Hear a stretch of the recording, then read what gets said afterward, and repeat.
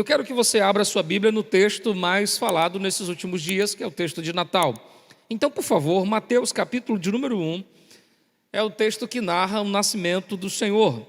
Eu quero voltar um pouquinho antes e pegar uma expressão que o anjo disse quando Maria recebe a visita do anjo. Mateus capítulo 1, no versículo 21, eu quero compartilhar algumas coisas, e se você puder anotar para depois ler em casa, isso será de extrema valia para o seu crescimento espiritual. Capítulo 1, versículo 21, do livro de Mateus diz assim: E darás à luz um filho, e chamarás o seu nome Jesus, porque ele salvará o povo dos seus pecados. E tudo isto aconteceu para que se cumprisse o que foi dito da parte do Senhor pelo profeta, dizendo: Eis que a virgem conceberá e dará à luz um filho, e chamará o seu nome, que traduzido é Deus conosco. Amados, olhem para mim e ouçam-me, por favor. Não é comum encontrarmos nas Sagradas Escrituras uma mãe nomeando o nome de um filho antes desse nascer. Eles normalmente davam os nomes posterior ao nascimento, até porque não havia ultrassom, não dá para saber se será homem ou mulher. E junto a isso, a cultura de que o nome da criança estava ligado a algum fato do seu nascimento. Pense em Jacó, esse é o nome dado porque ele nasce agarrado no calcanhar de seu irmão. Esse é o caso de Esaú, seu nome é dado porque ele é um garoto que veio peludo. Nomes são dados aos filhos posterior ao nascimento.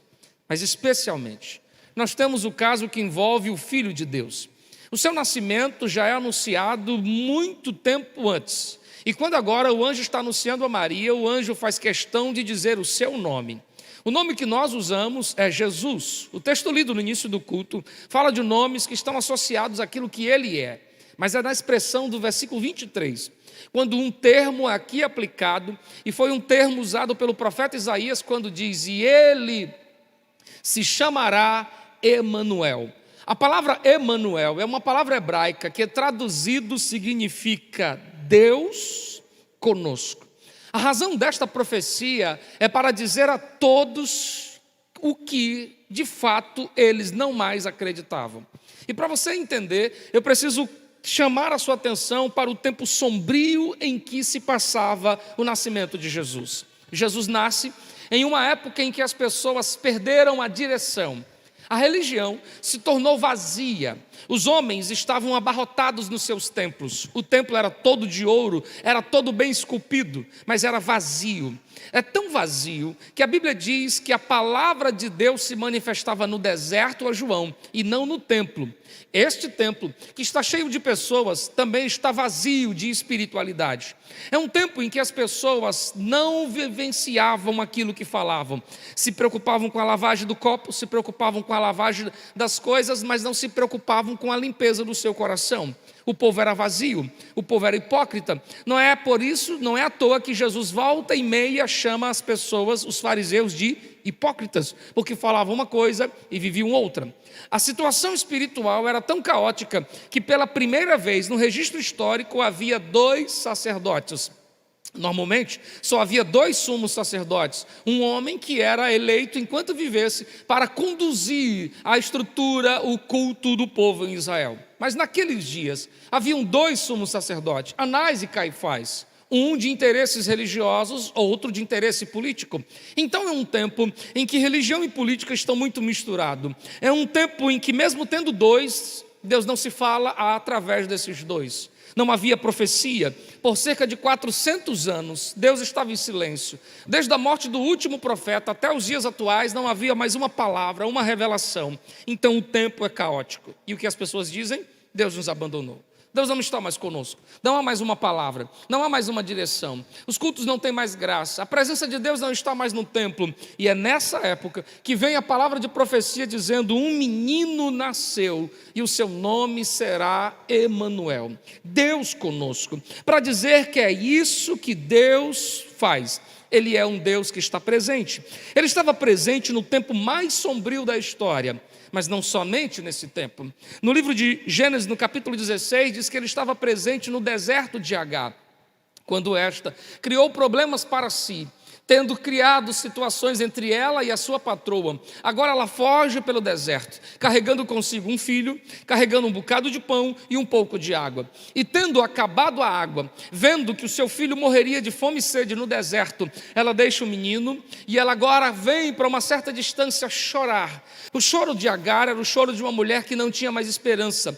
Era um choro de uma mulher que não podia mais evitar a morte. Seu filho morreria e ela já estava morrendo por dentro. Então ela chora até a hora em que Deus se apresenta a ela. E no capítulo 16 de Gênesis, no versículo 13, diz que quando ela tem uma experiência com Deus, que mostra onde está um poço, da qual ela bebe, renova as forças e dá ao seu filho, então ela disse: Beela Roi, eu vejo o Deus que me vê. O Deus que via Agar estava no deserto com Agar, no tempo sem perspectiva, no tempo sombrio, e isso é suficiente para dizer: Emanuel, Ele é Deus que está conosco nos nossos desertos, nos desertos que nós mesmos criamos. Mas no livro de 1 Reis, no capítulo 19, mostra que Deus também estava presente nas cavernas, na caverna sombria de Elias.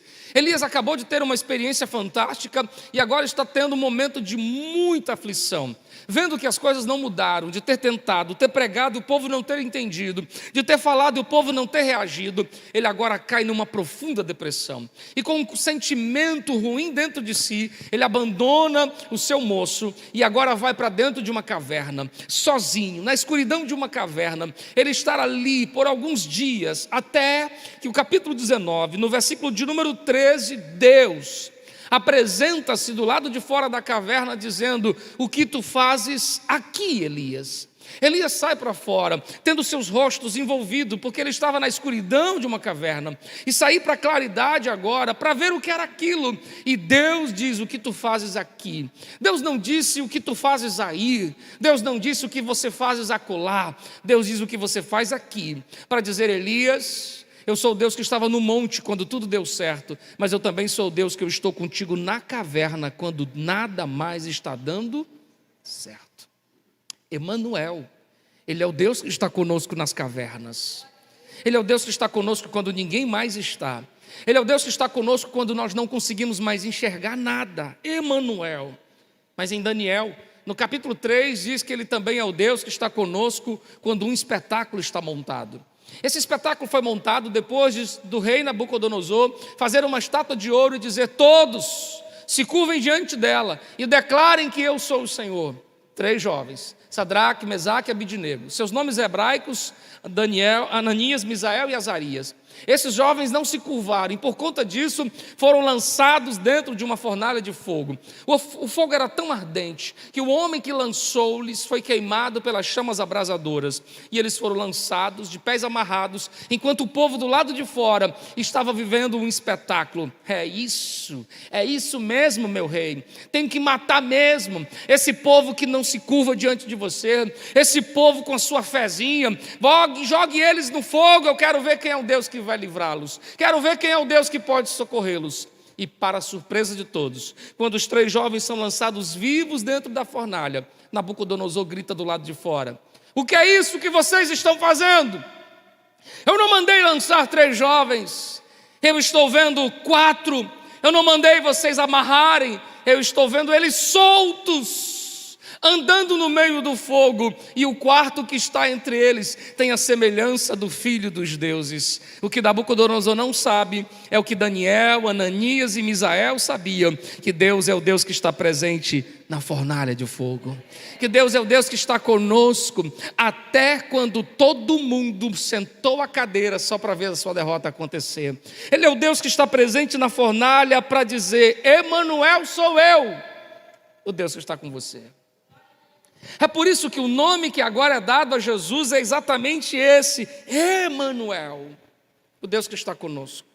E sabe, para isso ficar mais belo, o nascimento de Jesus acontece nos lugares mais improváveis para revelar para mim outras verdades. Jesus nasce na cidade de Belém. Ele poderia nascer em Jerusalém, é o rei. Ele poderia nascer em Jericó, a cidade próspera das palmeiras, mas ele nasce em Belém. E se você não sabe, Belém é uma terra desprezada, é uma terra pobre, de camponeses, de pessoas que viviam com dificuldades financeiras. Belém significa a terra do pão, eram pessoas que mal tinham o pão para comer. Belém é uma terra tão desprezada, que Miqueias profetiza no capítulo 5, dizendo: e tu, ó Belém, cidadezinha de Judá, desprezada entre os homens, de ti virá o Salvador. E Jesus nasce exatamente em Belém para dizer: Emanuel, eu sou o Deus que não esqueço da terra esquecida, eu sou o Deus que não esqueço daquilo que os homens esquecem. Então isso diz para mim que Jesus é o Deus que não esquece, quando todos esquecem de você. Isaías já profetizava dizendo: pode minha mãe esquecer-se de mim. Salmos ainda diz: pode meu pai se esquecer de mim, mas o Senhor não se esquecerá de mim. Deus não se esquece de você. E nascer em Belém é exatamente para dizer: você é esquecido, eu sou Emanuel, o Deus que não esqueceu de você. Quando ele nasce, exatamente no dia em que os pastores estavam no campo, a mensagem é dita para os pastores: Hosana nas alturas, nasceu entre os homens o Filho de Deus.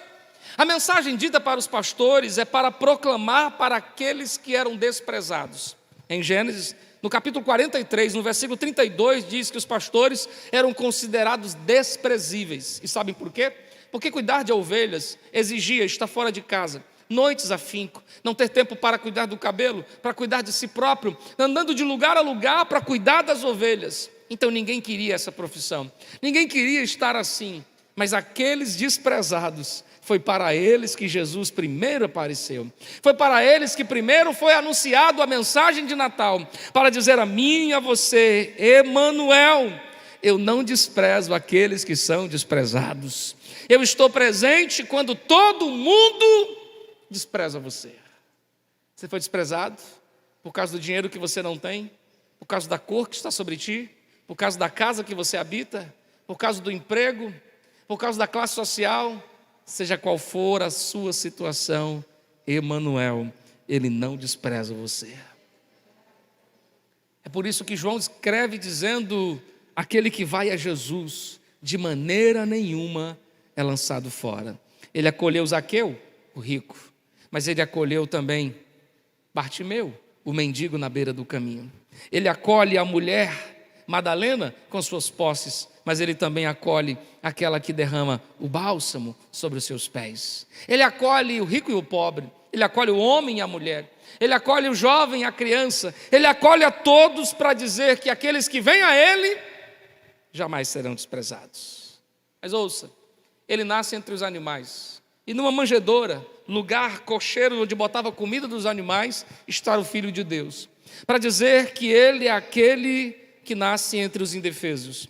Os animais eram os indefesos, domado por uma rédea, domado por uma corda, vivendo debaixo de um trabalho, e agora Jesus nasce entre os indefesos, para dizer: eu cuido deles. Quando eu preparava essa mensagem, eu me lembrava exatamente do que diz as Sagradas Escrituras, e ela diz: se eu cuido dos lírios do campo, que nascem hoje e morrem amanhã, eu cuido das aves do céu, que não trabalham, não juntam e nunca faltou comida, será que eu não cuidarei de vocês? Emanuel, ele é o Deus que está presente com aqueles que não podem fazer mais nada. Se no seu trabalho o seu patrão se levantou contra você, Emanuel, ele defende você. Se na sua casa alguma coisa se levantou contra você, Emanuel, ele defende você. Esse é o nosso Deus, o Deus presente, o Deus que está conosco. E escute uma coisa, é por esta razão que eu posso acreditar no que diz a Bíblia.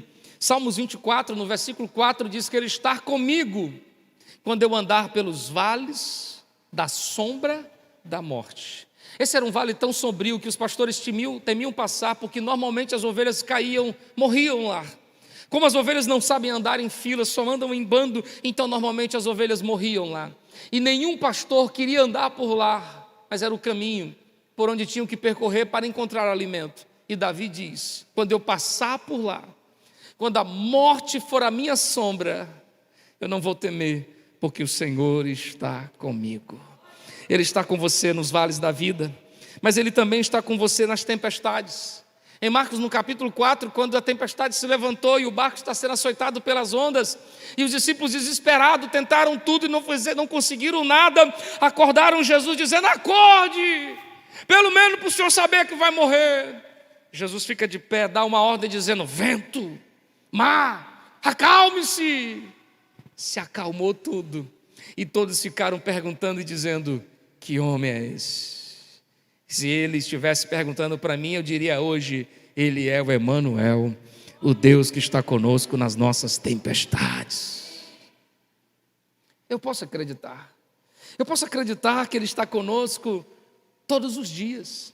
Foi Ele que falou em Mateus 28:20: eu estou convosco todos os dias, até a consumação dos séculos. Ele esteve com você ontem, Ele estará com você amanhã. Por que se preocupar com o seu futuro?